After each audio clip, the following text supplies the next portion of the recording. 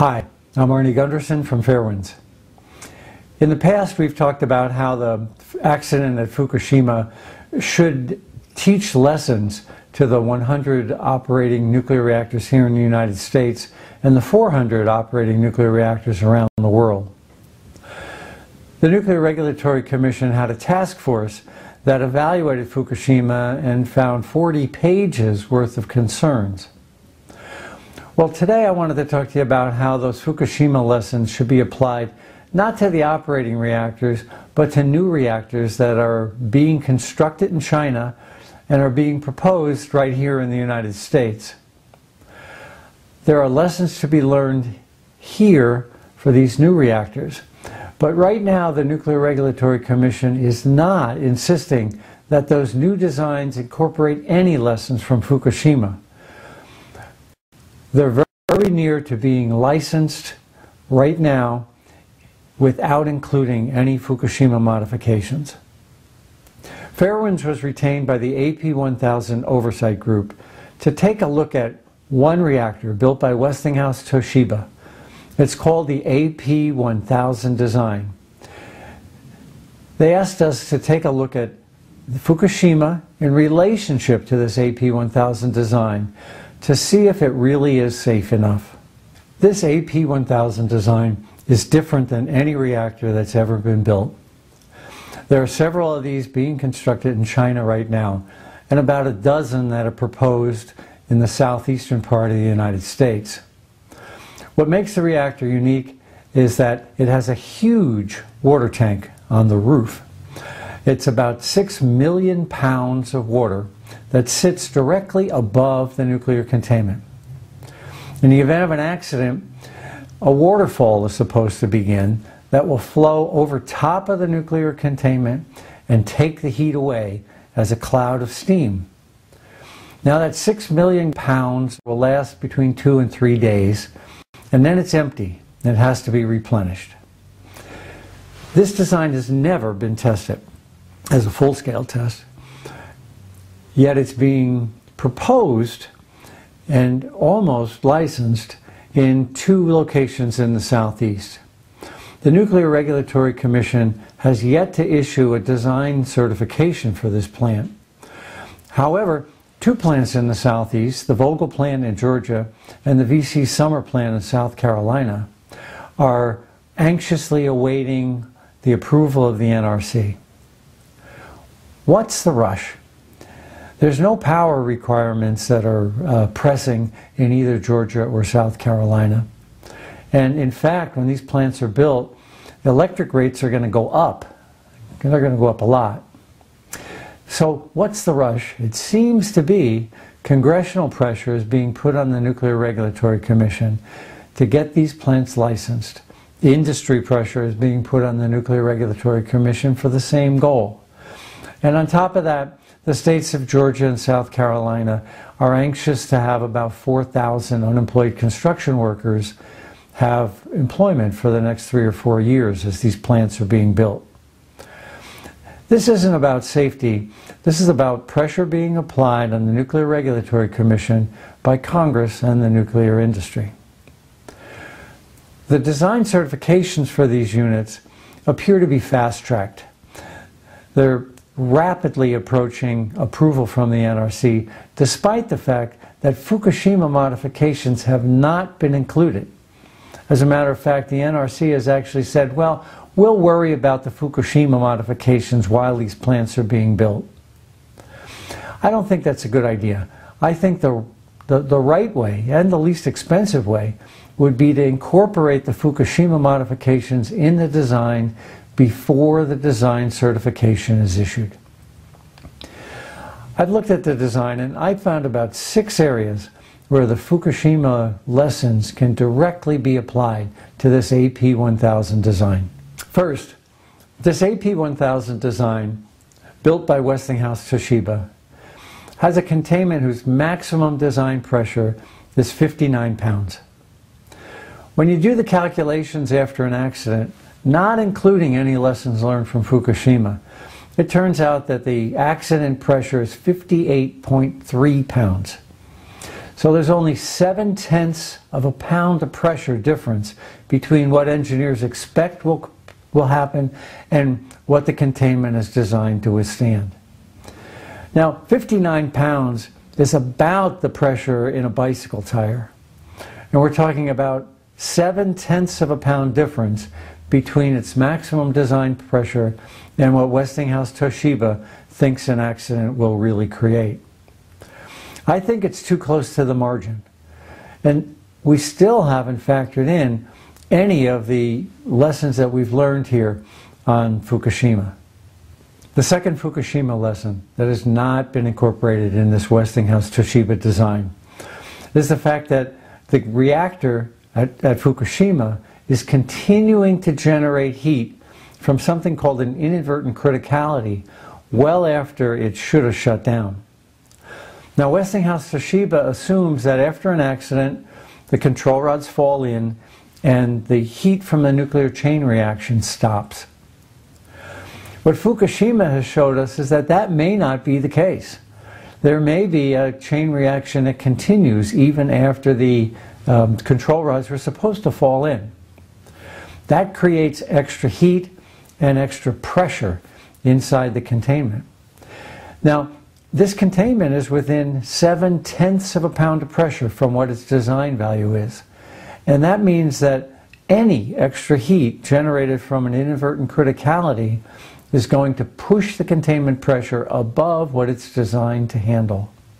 The third Fukushima lesson that needs to be incorporated in this Westinghouse Toshiba design is something called the loss of the ultimate heat sink.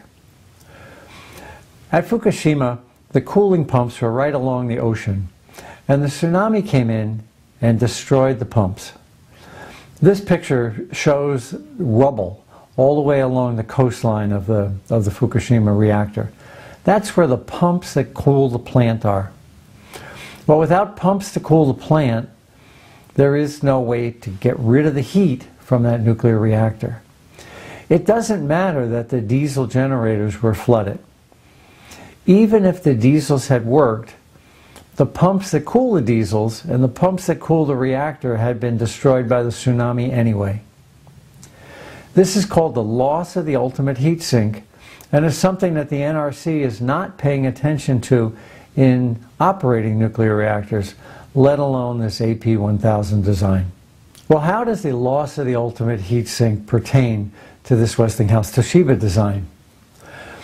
The Westinghouse Toshiba design on the roof has the ultimate heat sink. It's that 6 million pounds of water that's designed to fall like a waterfall over the outside of the containment structure. If it doesn't work, you're back at Fukushima all over again. So the question then becomes, what could cause the tank on the roof to fail?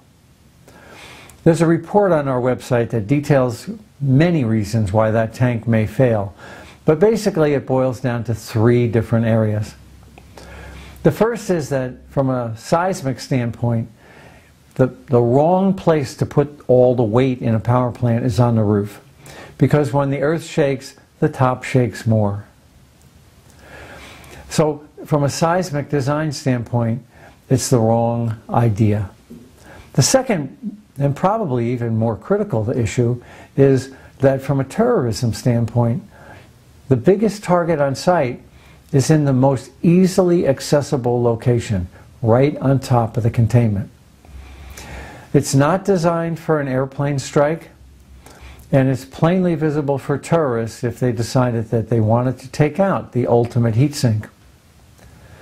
And the third reason is, you'll recall that at Fukushima there was an explosion at one reactor that threw shrapnel into the surrounding reactors.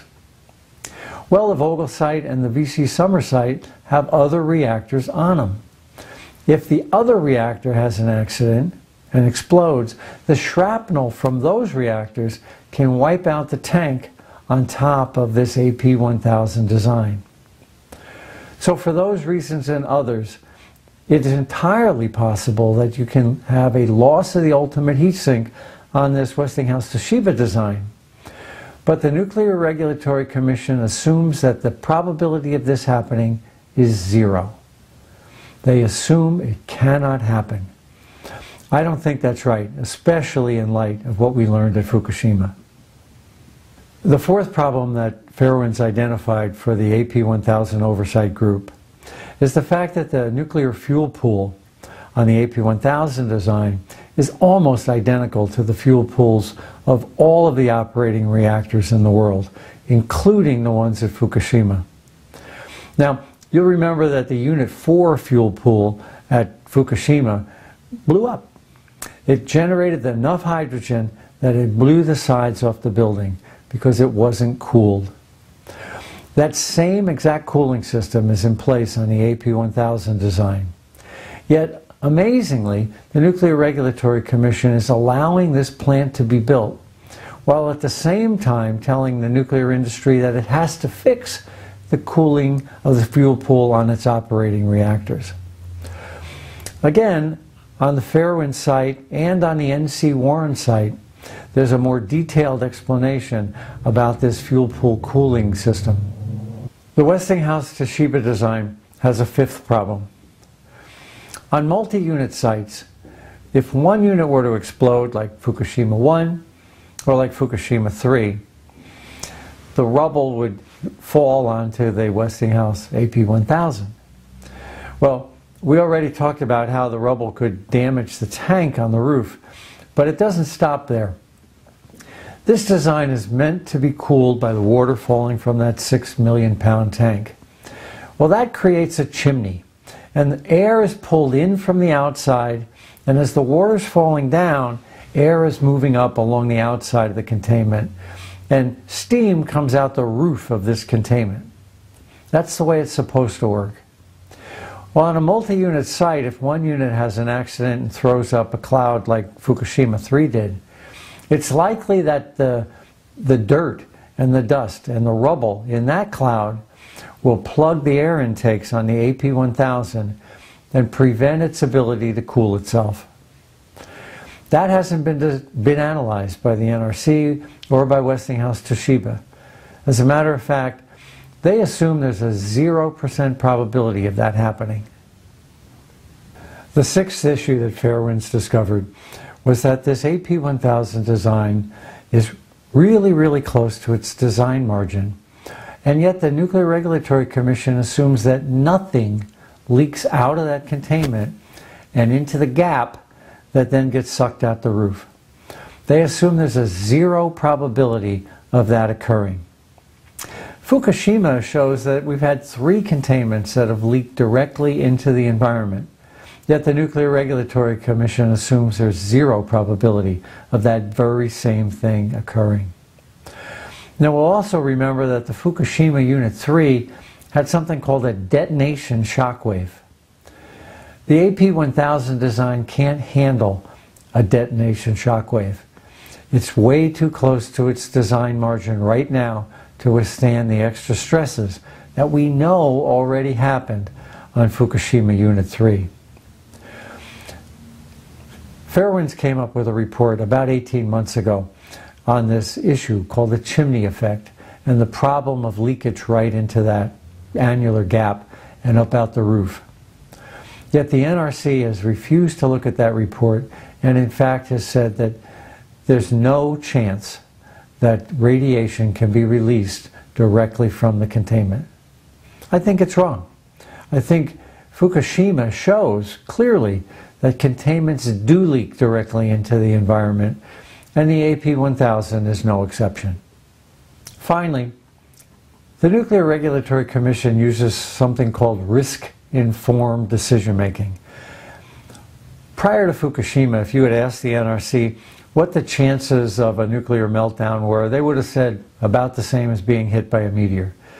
If you asked them what the chances of 3 meltdowns in 3 days would have been, they would have said it was impossible. And that's because they use risk-informed decision-making. Not only do they use it on their operating reactors, but they've used it on the AP1000 design as well. I think Fukushima shows that this risk-informed decision-making is wrong. They're using improper probabilities that are way too low, so that they come up with numbers that rationalize decisions that really put the risk on you and I and minimize the cost to the people that are building these reactors.